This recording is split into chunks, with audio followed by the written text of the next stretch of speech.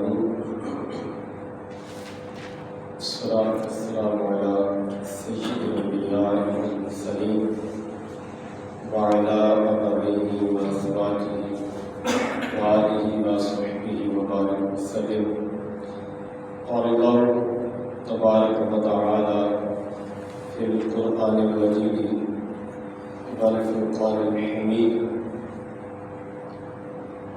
لا تجدن أشد الناس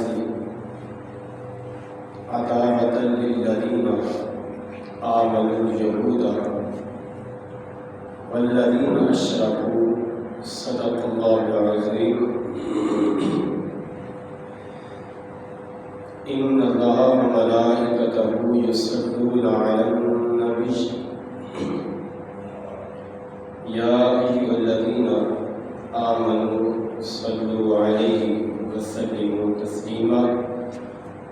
محبت کے ساتھ الصلاۃ والسلام علیک یا سیدی یا رسول اللہ وعلی آبائک وازواجک وآلک وصحبک یا حبیب اللہ.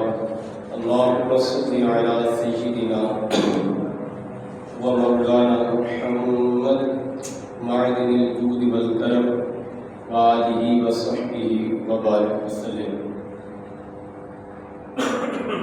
عزیز دوستو،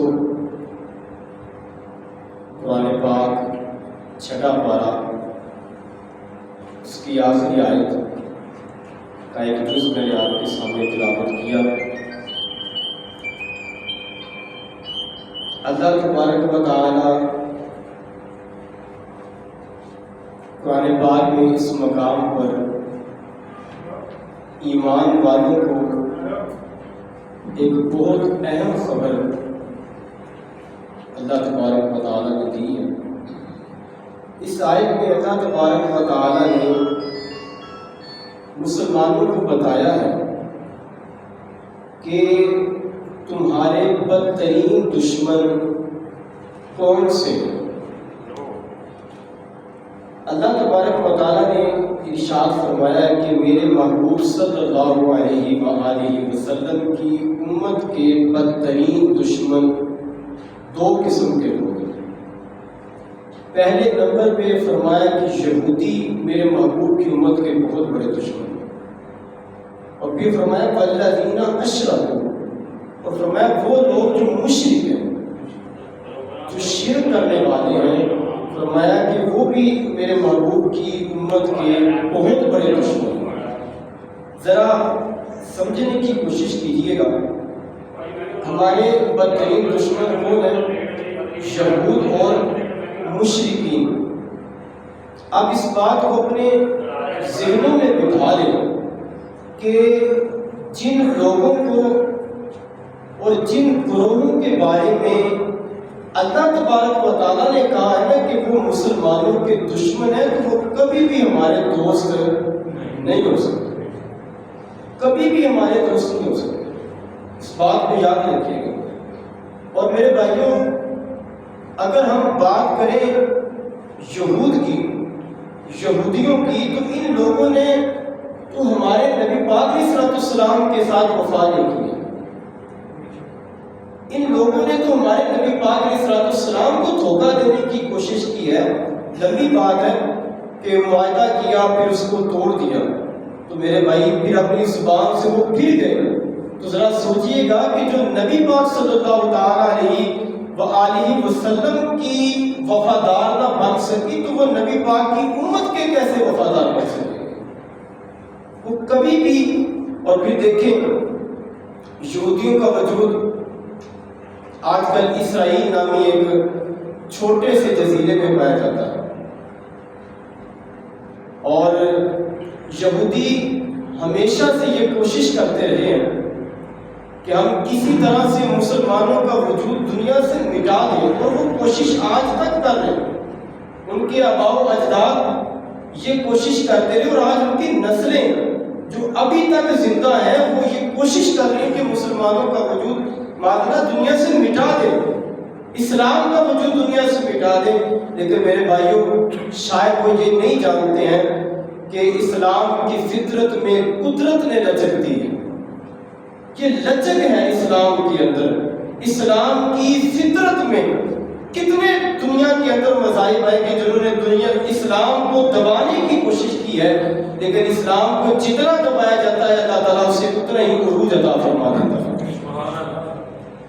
فرمایا کہ اسلام کی فطرت میں قدرت نے لچک دی ہے، یہ اتنا ہی ابھرے گا جتنا کہ دباؤ گے۔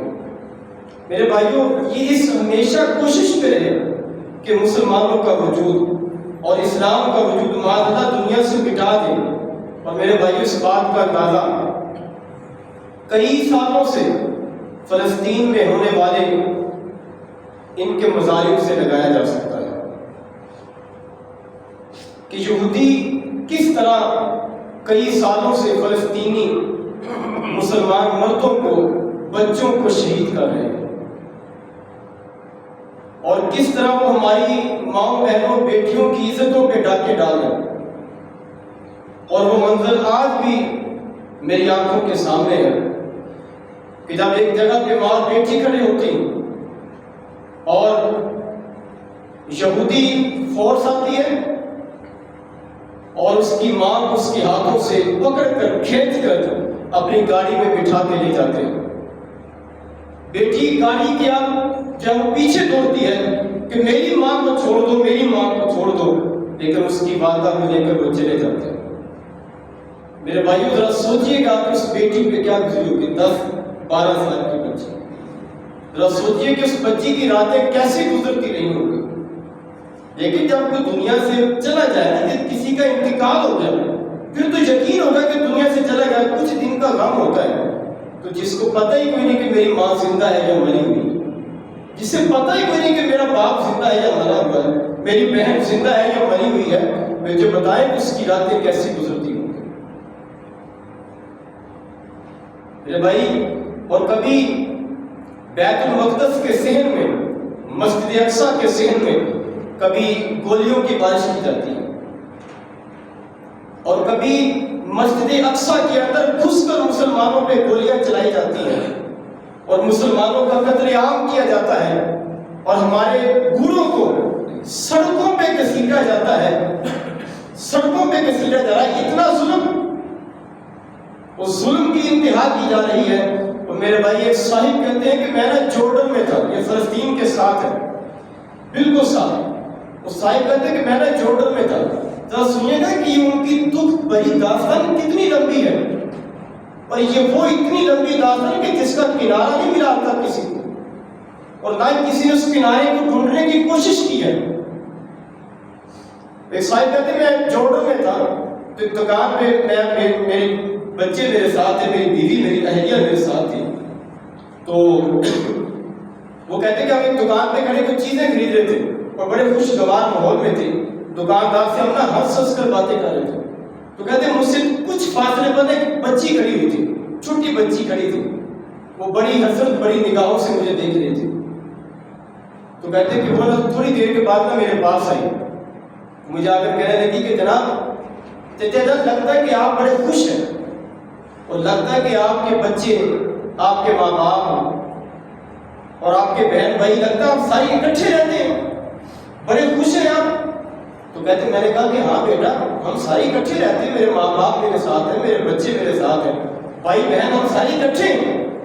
تو کہنے لگی کہ چچا دیکھیں، آپ کے ماں باپ بہن بھائی آپ کے ساتھ رہتے ہیں، لیکن مجھے دیکھیں، میں یہاں جورڈن میں ہوں، میری ماں فلسطین میں رہتی ہے، میرا بھائی کہیں اور رہتا ہے، میرا باپ کہیں اور پر ہے، مجھے بتائیں میں کس منہ سے ہوں؟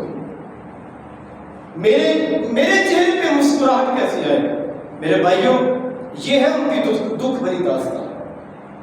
اور مجھے یقین کریں، میں نے جب وہ ایک ویڈیو کلپ کسی نے بنا کر نا کسی نے سوشل میڈیا پہ ڈال دیا، شاید اس نے اس نظریے سے ڈالا ہوگا کہ شاید کسی یا وہ صاحب اقتدار کے دل کے اندر رحم آ جائے، لیکن میرے بھائی دل نہیں اب کسی سینے کے اندر جو صاحب اقتدار مراد ہے، وہ تو پتھر رکھے ہوئے اپنے سینوں کے اندر۔ میں یقین کریں، میں نے جب وہ چھوٹا سا ویڈیو کلپ دیکھا تو میری آنکھوں میں آنسو آئے تھے۔ جب فلسطین میں حملے ہو رہے تھے، دھماکے ہو رہے تھے، گولیاں برس رہی تھی، تو گھر کے اندر نا چھوٹے چھوٹے بچے سو رہے تھے، ساتھ میں ماں بھی تھی، ماں نے ان کو اپنے ساتھ سلایا ہوا. جب وہ گولیاں چلتی دھماکہ ہوتا تو بچے چیخے مار کے اپنی ماں کے ساتھ لگتے تھے, ماں بھی ان کو سینے سے لگاتی تھی. یار ان کی تو راتیں اس طرح بسر ہو رہی. مجھے بتائیے کیا یہ ساری چیزیں اور یہ سارے مناظر کیا ہماری قیادت تک یہ باتیں نہیں پہنچتی؟ میرے بھائیوں سبھی کچھ ان تک یہ پہنچ رہا ہے. یہ ساتھ اقتدار لوگوں تک جہاں کہیں بھی لوگ ہیں, کہ پاکستان کے اندر ہے یا غیر پاکستان کے اندر ہے, جہاں کہیں بھی دنیا کے اندر ہے, سب کچھ میرے بھائیوں ان تک بھی پہنچتا ہے. اگر عوام جن کے پاس ہے وہ بڑا جو ہے وہ کم لو کا ٹیکنالوجی والا موبائل ہے, ان تک یہ باتیں پہنچتی ہیں. تو جو ہائی لیول کا موبائل رکھتے ہیں جس کی قیمت عام بندہ اندازہ نہیں لگا سکتا, کیا ان تک یہ باتیں نہیں پہنچتی؟ کیا مناظر یہ ان تک نہیں پہنچتے؟ میرے بھائی پہنچتے ہیں, لیکن منہ پہ تالے لگا کے رکھے. ہر کسی کو اپنی پڑی ہے, ہر کسی کو اپنے اقتدار کی پڑی ہوئی ہے. وہ کیا کسی کی باتیں کریں گے, وہ تو اپنوں سے لڑنے میں لگے ہوئے. ہر کسی کو اپنی پڑی ہوئی ہے. وہ کسی نے کیا کمال کی بات کہی تھی, اس نے کہا کہ ایسی ہوا چلی ہے کہ ہر شخص سوچتا ہے, ایسی ہوا چلی ہے کہ ہر شخص سوچتا ہے کہ تمام شہر چلے بس ایک میرا گھر نہ چلے. آج منظر یہ کیفیت یہ ہو چکی ہے, آج حالت یہ ہو چکی ہے. ہم تو بھائی اپنوں سے لڑنے کا موقع ہم نے جو ہے وہ ہمیں ملے, اور غیروں سے ہم کیا لڑیں گے؟ یہاں سے ہماری جان چھوٹے تو غیروں سے لڑیں. لیکن آؤ میں تمہیں ایک شیر کی کہانی بھی سناؤں, اور یہ مت سمجھنا میں کوئی صدیاں پرانی بات کرنے لگا ہوں. یہ چند سال پہلے کا ایک شعر تھا, یہ چند سال پہلے کا شعر تھا, عراق کا شعر تھا. یہ اس نے جوان مردی کا اس بندے نے مظاہرہ کیا. صدام حسین شہید جب اس کو اللہ تعالیٰ نے ہدایت دی, سیدھے رستے پہ آیا. وہ ایک دن بیٹھا ہوا تھا, اس کے دربار میں ایک فلسطینی عورت آئی. آج تو کسی تک چیخی نہیں پہنچتی, آج تو کسی کی جو ہے وہ کسی کے کمرے تک کسی کی رسائی نہیں ہے. کس کو ہم جا کر فریاد سنائیں؟ وہ کسی نے کہا تھا کہ میں کس کے ہاتھ پر اپنا لہو تلاش کروں, سارے شہر میں پہنے ہوئے ہیں دستانے. او بھائی کس کو جا کر دکھ سنایا جائے؟ عورت آئی, اس نے صدام کے سامنے اس نے آواز دی. صدام اس طرح بیٹھا اپنی مسجد پہ بیٹھا ہوا ہے, اپنی کرسی پہ اپنی چیئر پہ بیٹھا ہوا ہے, اور وہاں پر کھڑی چیخیں مار کے روتی ہے, کہنے لگی صدام خدا کے لیے ہمارے ملک میں آؤ, صدام خدا کے لیے ہماری فلسطین کی آ کر خبر دو, دیکھو کہ تمہاری ماں بہنوں کی عزتیں کس طرح کمال کی جا رہی ہے. صدام خدا آ کر دیکھو کہ ہماری عزتیں, ہماری بیٹیوں کی عزتیں کس طرح لوٹی جا رہی ہیں. اور وہ دنیا نے منظر دیکھا کہ اس وقت وہ صاحب اقتدار تھا میرے بھائی, لیکن سینے کے اندر دل لگتا تھا, پتھر نہیں رکھتا تھا. دنیا نے دیکھا کہ صدام حسین شیر جوان مرد تھا, لیکن وہ اس عورت کی باتیں سن کے رونے لگا. پھر اس نے اسی رات فیصلہ کیا. اس نے کہا کہ میں یہ حکم دیتا ہوں کہ آج رات آدھا اسرائیل تباہ ہونا چاہیے. اس نے 42 مزائل اس نے اسرائیل پہ چھوڑ کے رکھ دیے. اکیلا تھا, کوئی ساتھ نہیں چلا اس کے. اور اس نے اقبال کی زبانی یہ لوگوں کو پیغام دیا کہ کافر ہے تو شمشیر پہ کرتا ہے بھروسہ. اس نے کہا کوئی نہیں چلتا میرے ساتھ تو نہ چلے. اس نے کہا میں تنہا چلوں گا. چاہیے تو یہ تھا نا کہ کوئی نہ کوئی اسلامی ملک اس کا ساتھ دیتا, وہ کوئی تو دیتا. کسی کے پاس طاقت نہیں تھی. کیا سبھی مرے ہوئے تھے؟ ہاں مرے تھے, لیکن ان کی غیرت مری ہوئی تھی. خود تو ان کی آنکھیں کھلی تھیں, لیکن ان کی غیرتیں مری ہوئی تھی. کسی نے ساتھ نہ دیا. اس نے پیغام دیا, اس نے کہا کوئی نہیں ساتھ دیتا تو نہ دے. اس نے کہا کہ کافی ہے تو شمشیر پہ کرتا ہے بھروسہ. اس نے کہا بے ایمان ہوتا ہے کہ جو سہاروں پہ بھروسہ کیا کرتا ہے. کافی ہے تو شمشیر پہ کرتا ہے بھروسہ, مومن ہے تو بے تیغ بھی لڑتا ہے سپاہی.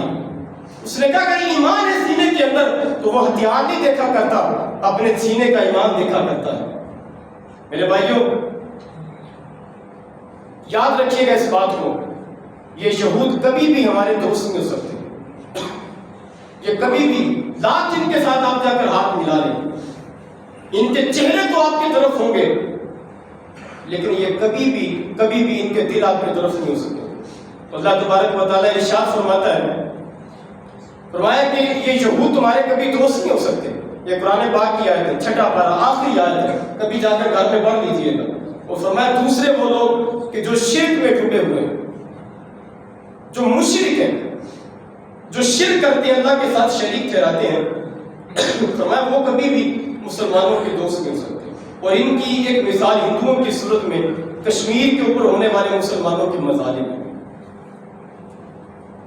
ہندو آج شرک میں ڈوبے ہوئے انسان ہیں، اور وہ دیکھیں کہ کس طرح وہاں پر مسلمانوں پہ ظلم کیا جا رہا ہے، نوجوانوں پہ تشدد کیا جا رہا ہے، بچوں بوڑھوں کو بازاروں کے اندر جب ان کو گھسیٹا جا رہا ہے، نوجوانوں کی کبھی لاشوں کو بازاروں کے اندر لٹکایا جا رہا ہے، اور کبھی یا وہ عورتوں کی عزتوں کو پامال کیا جا رہا ہے.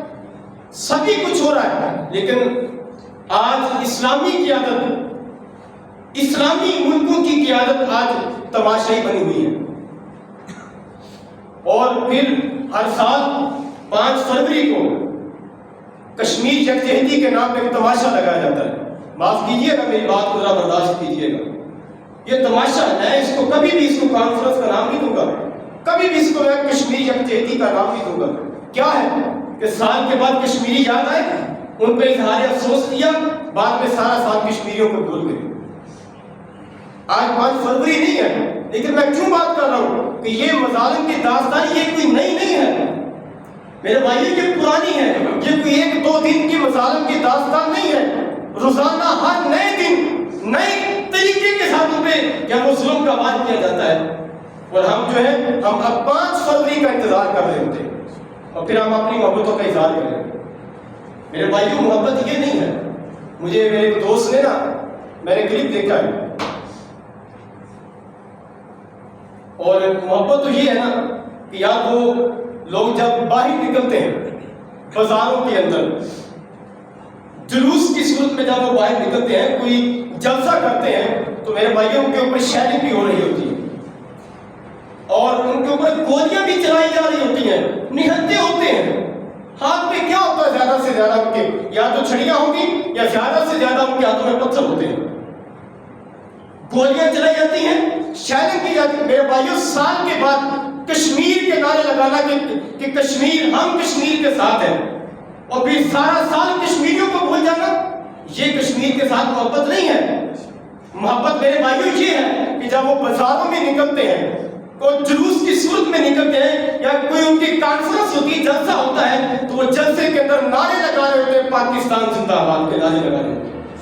اور میرے بھائیوں، محبت یہ ہے، گولیاں چل رہی ہوتی ہیں، شیلنگ ہو رہی ہوتی ہے، لیکن وہ اس منظر کے اندر بھی، اس ماحول کے اندر بھی پاکستان کی محبت کے نعرے لگا رہے ہوتے ہیں. اور ہم کیا کرتے ہیں؟ کسی ہال کے اندر کوئی محفل سجا لی یا کوئی کانفرنس سجا لی، ادھر بھی سیکورٹی کھڑی ہوئی ہے کہ کہیں کوئی آ نہ جائے.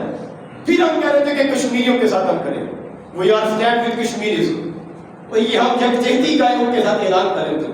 میرے بھائیوں، کشمیریوں کے ساتھ یہ سب، ان کے ساتھ یہ یکجہتی نہیں.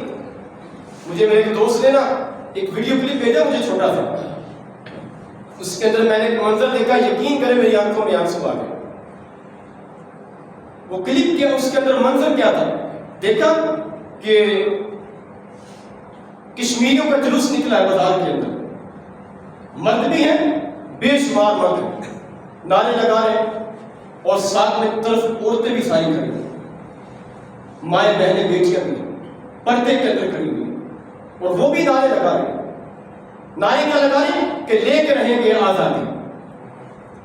مائیں بہنوں عورتوں کو میرے بھائی کو بازاروں میں نکلنا پڑا. میں کیوں رویا؟ اس وجہ سے رویا کہ آج میری ماں بہن بیٹی تو میرے گھر کے اندر محفوظ ہے، آج 4 دیواری کے اندر میری بہن میری ماں محفوظ ہے، میرے بچے میرے گھروں کے اندر محفوظ ہیں.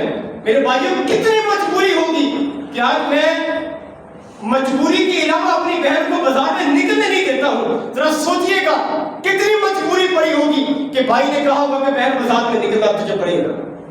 کتنی مجبوری ان کو پڑی ہوگی کہ آج ان کی مائیں بہنیں بیٹیوں کو بھی بازاروں میں نکلنا پڑ رہا ہے.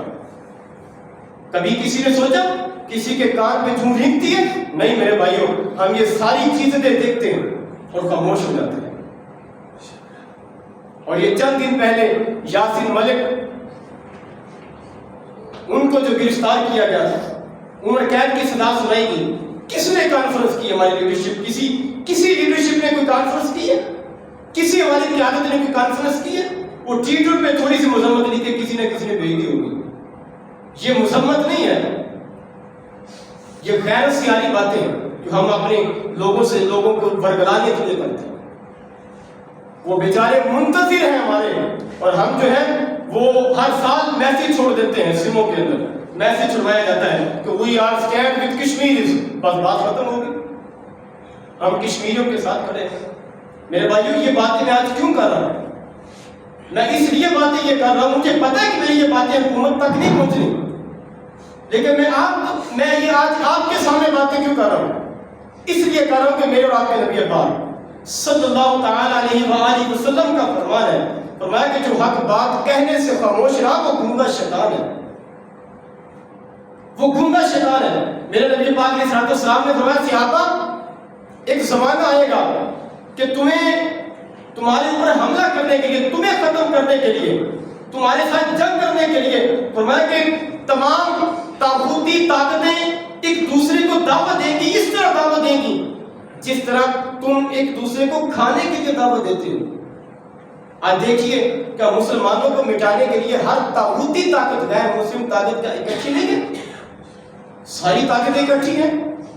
کہیں پر دیکھ لیں, برما میں دیکھ لیں, کشمیر میں دیکھ لیں, فلسطین میں دیکھ لیں, شام میں دیکھ لیں, سیریا میں دیکھ لیں, برما میں دیکھ لیں, جہاں کہیں بھی اور کہیں جا کر دیکھ لیں. عراق میں کیا صورتحال ہے آج کل, کیا کچھ نہیں ہو رہا ہے. میرے بھائیوں, ساری طاغوتی طاقتیں. صحابہ نے عرض کیا کہ یا رسول اللہ, کیا ہم اس وقت تعداد میں کم ہوں گے؟ ذرا سوچئے کہ ہم تعداد میں کم ہیں. 156 یا 156 سے بھی زائد ممالک ہیں دنیا کے اندر جن کو اسلامی ملک کہا جاتا ہے, جن کو اسلامی ممالک کہا جاتا ہے. عرض کیا یا رسول اللہ, کیا ہم طاقت کے اندر کم ہوں گے؟ فرمایا کہ نہیں. فرمایا تمہاری طاقت اس وقت سے زیادہ کہیں زیادہ ہوگی, لیکن فرمایا تمہاری حیثیت سیلاب پر جھاگ کے برابر ہوگی. جس طرح جھاگ آتی ہے ہوتی بہت زیادہ ہے, لیکن وہ اسی وقت بہہ بھی جاتی ہے. فرمایا تمہاری حیثیت کوئی نہیں رہے گی. کیوں؟ ہمارے اندر یکجہتی نہیں ہے. آج مسلمانوں سے پھر چکے ہیں, اسی لیے مسلمانوں کا خون بہایا جا رہا ہے. آج کتنے مسلمانوں نے مسلمانوں کے ساتھ غداریاں کی, کیا یہ طریق کے اندر موجود نہیں ہے؟ کتنے مسلمان ہمارے حکمرانوں کو کہ جو دین پہ چل رہے تھے, مسلمانوں نے پکڑوایا ظالموں کے ہاتھوں. ٹیپو سلطان کے ساتھ غداری کس نے کی تھی؟ صلاح الدین ایوبی علیہ السلام کے ساتھ ساری زندگی کون غداری کرتا رہا؟ اگرچہ وہ غیروں کے ہاتھ نہیں آ سکے, اللہ کی قدرت تھی. کون غداری کرتا رہا؟ بھائی اپنے ملک کے لوگ تھے, اپنی سلطنت کے لوگ تھے, اپنے کلمہ گو لوگ تھے. سلطان محمود غزنوی کا جو ہے وہ اس کے ساتھ غداری کرنے والے لوگ کون تھے؟ اپنے لوگ تھے میرے بھائیوں. بیچ میں سے لوگ اٹھتے تھے, کون تھے؟ وہ کلمہ پڑھتے تھے, اپنے آپ کو مسلمان کہتے تھے. اور مجھے ایک دوست نے بتایا کہ جب صدام حسین کو پھانسی پہ لے جایا جا رہا تھا تو ایک کلمہ گو کہنے لگا تھا. اس کے جو پہلے کام تھے وہ اپنی جگہ, لیکن جب اللہ نے ہدایت دی پھانسی پہ لے جایا گیا, اور جب اس پہ الزام لگایا گیا پھانسی پہ لے جایا گیا, اس کو جب پھانسی دینے لگے تو مجھے دوست بتا رہا تھا کہ ایک مسلمان وہاں کا سپاہی پولیس اس کا جو ہے وہ مسلمان پولیس والا اس کے ساتھ تھا. اس نے پتا کیا جملے بولے تھے؟ وہ کہنے لگا چلو جہنم تمہارا انتظار کر رہی ہے. کیا قصور تھا اس کا؟ یہ قصور تھا کہ مسلمانوں کا اس نے حق کے ساتھ ساتھ دیا تھا. یہ اس کا قصور ضرور تھا. میرے بھائیوں, میں نے یاد ہے آپ کے سامنے باتیں کی. اب شاید کوئی حضرات سوچ رہے ہیں کہ یہ ہمیں باتیں کیوں بتائی جا رہی ہیں, ہم کیا کریں گے, ہم کیا کر سکتے ہیں؟ میرے بھائیوں, ہم بڑا کچھ کر سکتے ہیں, ہم بڑا کچھ کر سکتے ہیں. میرے نبی پاک صلی اللہ تعالی علیہ وآلہ وسلم کے فرمان کا مفہوم آپ کے سامنے رکھتا ہوں. میرے رسول پاک صلی اللہ تعالی علیہ وآلہ وسلم نے فرمایا, لوگوں سنو, رب کی تقدیر کو, قضا کو کوئی چیز ٹال نہیں سکتی ہے, لیکن فرمایا ہاں سنو, دعا ایک ایسی چیز ہے کہ جو رب کی تقدیر کو بھی بدل کے رکھ دیتی ہے. جو رب کی تقدیر کو بدل دیتی ہے. دعا کے لیے اگر کوئی خالص نیت کے ساتھ ہاتھ اٹھاتا ہے تو رب اپنی لکھی ہوئی تقدیر بھی مٹا دیتا ہے. خلوص ضروری ہے مسلمانوں کے اندر. میرے بھائیوں پہلی بات تو یہ ہے کہ ہم نے خلوص سے نیت کے ساتھ, میں نے کئی بار کہا یارو مسلمانوں پہ بڑا ظلم ہو رہا ہے, ہم یہاں بڑے سکون کے ساتھ رہیں, ہماری ماں بہنوں بیٹیوں کی عزت محفوظ, اللہ تعالیٰ ہر کسی کی ماں بہنوں بیٹیوں کی عزت محفوظ رکھے. لیکن میرے بھائیوں باہر بہت حالات خراب ہیں. دیکھیں نا کشمیر کے اندر آپ نے سنا پچھلے چند سال پہلے وہ اپنے مردے اپنے گھروں کے اندر دفنانے لگ پڑے تھے بیچارے. کیا کسی کی آنکھوں سے آنسو نکلے؟ کسی صاحب اقتدار کی آنکھوں سے آنسو نکلے؟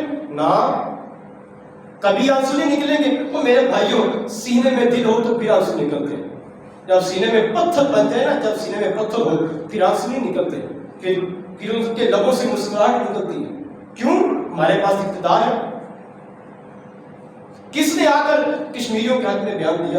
وہ بھائیوں اگر کوئی کہے کہ بیان بھی دیا ہے, میں صرف یہاں کی بات نہیں کر رہا, میں ہر اسلامی ملک کے لحاظ سے بات کر رہا ہوں, میں اسلام کے لحاظ سے بات کر رہا ہوں, مسلمانیت کے لحاظ سے بات کر رہا ہوں. کس نے کشمیریوں کے حق میں کوئی بات کی؟ کہ کسی نے کوئی اعلان کیا کہ ہم کشمیر کے حق میں جہاد کرنے کے لیے کھڑے ہیں, ہمارا ساتھ دیا جائے؟ نہیں, ہر کسی کو اپنی اپنی پڑی ہے. بس میرا گھر محفوظ ہے, میں کسی کو کیا دیکھوں, میری آنکھوں میں کیوں آنسو آئے؟ میری ماں بہن کی عزت تو محفوظ ہے, کسی کی عزت نہیں محفوظ تو میں کیا کروں؟ اسے خود چاہیے کہ وہ اپنی عزت کی حفاظت کرے. میرے بھائی کتنا عرصہ ہو گیا, 75 سال ہونے کو ہے. 1947 کے اندر پاکستان آزاد ہوتا ہے, ہمارے وجود میں آتا ہے, آج 2022 ہے, 75 سال ہونے کو ہے, یا یوں کہہ لیجیے ہو چکے ہیں, کشمیریوں پہ ظلم کیا جا رہا ہے. صرف بیان پہ بیان, صرف سپیچ پہ سپیچ. کیا کسی کہیں سے یہ آپ کو کبھی اعلان سنا ہو کہ ہم جو ہے مسلمانوں کی آزادی کے لیے کھڑے, ہمارا ساتھ؟ کبھی نہیں اعلان آئے گا. میرے بھائیوں سب سے پہلی بات یہ ہے کہ ہمارے جو اختیار میں ہے, خدا را 5 وقت دعا میں جہاں اپنے گھر کی حفاظت کے لیے دعا کرتے ہیں, پورے مسلمانیت کی حفاظت کے لیے بھی دعا ضرور کیا کریں. ضرور دعا کیا کریں اپنے کشمیر کے, فلسطین کے. یوں کہا کریں کہ مالک جہاں کہیں بھی تیرے نام لیوا زندہ ہے, میرے مالک ان کی عزتوں کی حفاظت کرنا. یہ 5 وقت اپنی دعا میں اس کو معمول بنائیں. اور دوسری بات, خدا را آپ سے یہ گزارش کر رہا ہوں, نوجوان حضرات بھی میرے بیٹھے ہیں یہاں پر, میرے ہم عمر حضرات بھی بیٹھے, مجھ سے بڑے بھی میرے بیٹھے, میرے محترم بیٹھے. خدا را دیکھیں کشمیر کے اندر کتنا ظلم ہو رہا ہے. مجھے بتائیں کیا ان کی بہنیں کیا ہماری بہنیں نہیں؟ بولے ذرا, کیا ان کی بہنیں ہماری بہنیں نہیں؟ کیا وہ کلمہ نہیں پڑھتی؟ کیا ان کے بھائی ہمارے بھائی نہیں؟ ان پہ ظلم کرنے والا کون ہے؟ ہندو لوگ ان پہ ظلم کر رہے ہیں. تو میرے بھائیوں پھر انہی کی بنائی ہوئی فلمیں ہم شوق سے اپنے موبائلوں کے اندر رکھیں, شوق سے پیسے دے کر ان کی فلموں کو اپنے موبائلوں کے اندر ڈالیں اور پھر ان کو دیکھیں. اور آپ کو پتہ ہے تحقیق کر کے دیکھیں اس بات پہ, اگر کسی کو میری بات پہ شک ہو یا یقین آئے, اس بات پہ تحقیق کر کے دیکھیں جتنی فلمیں انڈیا کی اور ان کے ڈرامے جو مسلمان دیکھتے ہیں یا جہاں کہیں بھی دیکھے جاتے ہیں, ان کو پیسے پہنچتے ہیں, ان پیسوں کے ذریعے وہ جو اپنے ملک پہ لگاتے ہیں, اپنی کرسیوں پہ, اپنے دیگر عہدیداروں پہ لگاتے ہیں, لیکن وہ ان پیسوں کے ذریعے سے اسلحہ خریدتے ہیں اور وہی اسلحہ پھر اپنی فوج کو دیتے ہیں, اور پھر وہ فوج وہاں پر آ کر مسلمانوں کو شہید کر رہی ہوتی ہے. مجھے بتائیں کہ یہ مسلمانیت ہے کہ جلسوں میں جا کر تو کہنا کہ کشمیر بن کے رہے گا پاکستان, اور پھر گھنٹے کے بعد گھر میں آ کر انہی لوگوں کی بنائی ہوئی فلم دیکھتے رہنا. اور میرے بھائیوں پاکستان اس طرح, کشمیر اس طرح آزاد نہیں ہوگا. کشمیر عمل کے ذریعے آزاد ہوگا, عمل کے ذریعے آزاد ہوگا. میرے پیر خانے سے ایک آواز آئی تھی جب میرے نبی پاک علیہ السلام کے اوپر لوگوں نے باتیں کی تھی, کچھ وقتوں نے باتیں کی تھی, لوگوں نے جلوس نکالے, انہوں نے کہا کہ بالکل ٹھیک آ رہے آپ لوگ, جلوس نکالے, محبت کی علامت ہے, اپنی حکومت کو پیغام دیں کہ نبی کے نام لیوا بھی زندہ ہے. لیکن انہوں نے کہا, انہوں نے ایک بات کی اس کے ساتھ, کہ اس بات کے ساتھ اس کا اضافہ بھی کریں, صرف جلوسوں تک اپنی زندگی کو محدود نہ رکھیں. اگر آپ کے 2 بیٹے ہیں تو ایک بیٹے کو دین کے لیے وقف بھی کر کے دکھائیں. اور انہیں پیغام دیں کہ ہمیں اپنے نبی کے ساتھ اتنی محبت ہے کہ ہم اپنی اولاد نبی کی عزتوں پہ لٹانے کے لیے تیار ہیں آج بھی، کہ آج بھی دین پر مر مٹنے کا جذبہ ہمارے اندر موجود ہے۔ میرے بھائیوں ان باتوں کو سمجھنے کی کوشش کیجیے گا۔ خدا را یہ شیطانی چرخے ہیں، یہ شیطانی حملے ہیں، اور یہ نفس امارہ کے حملے ہیں جن کے اندر ہم آ چکے ہیں، جن کی اور یہ فلموں ڈراموں سے ہماری جو جان نہیں چھوٹ رہی، یہ گانوں بازوں سے ہماری جو جان نہیں چھوٹ رہی۔ خدا را ان باتوں کو ذرا سمجھنے کی کوشش کیجیے گا، اور ان باتوں کو ضرور یاد رکھیے گا۔ 5 وقت اور جتنا بھی ہو سکے سارے ممالک اسلامیہ کے لیے اور جہاں کہیں بھی عالم اسلام کے لیے ان کی خیریت کے لیے دعا کریں، رب سے گڑ گڑا کے دعا کیا کریں، دل سے دعا کیا کریں، اللہ تعالیٰ ان کے ضرور حالات کو بدلے گا، ضرور حالات۔ اور ایک وقت آئے گا ایسا کہ اللہ تعالیٰ انہیں آزادی فرمائے گا، آزادی عطا فرمائے گا، آزادی ان کو اللہ تعالیٰ عطا فرمائے گا۔ لیکن یہ ہماری دعاؤں پر بھی منحصر ہے۔ اگر جو سابق اقدار لوگ ہیں ان کے اوپر بھی کچھ منحصر ہے تو ہمارے اوپر بھی کچھ منحصر ہے۔ ہم نے اپنے دعا کے لیے ہاتھ اٹھانے ہیں نا، ہم نے بھی کچھ عملی میدان میں آنا ہے۔ اب جس کے جی میں آئے وہی پائے روشنی، ہم نے تو دل جلا کے سریاب رکھ دیا۔ واقع دعویٰ یا الحمدللہ رب العالمین۔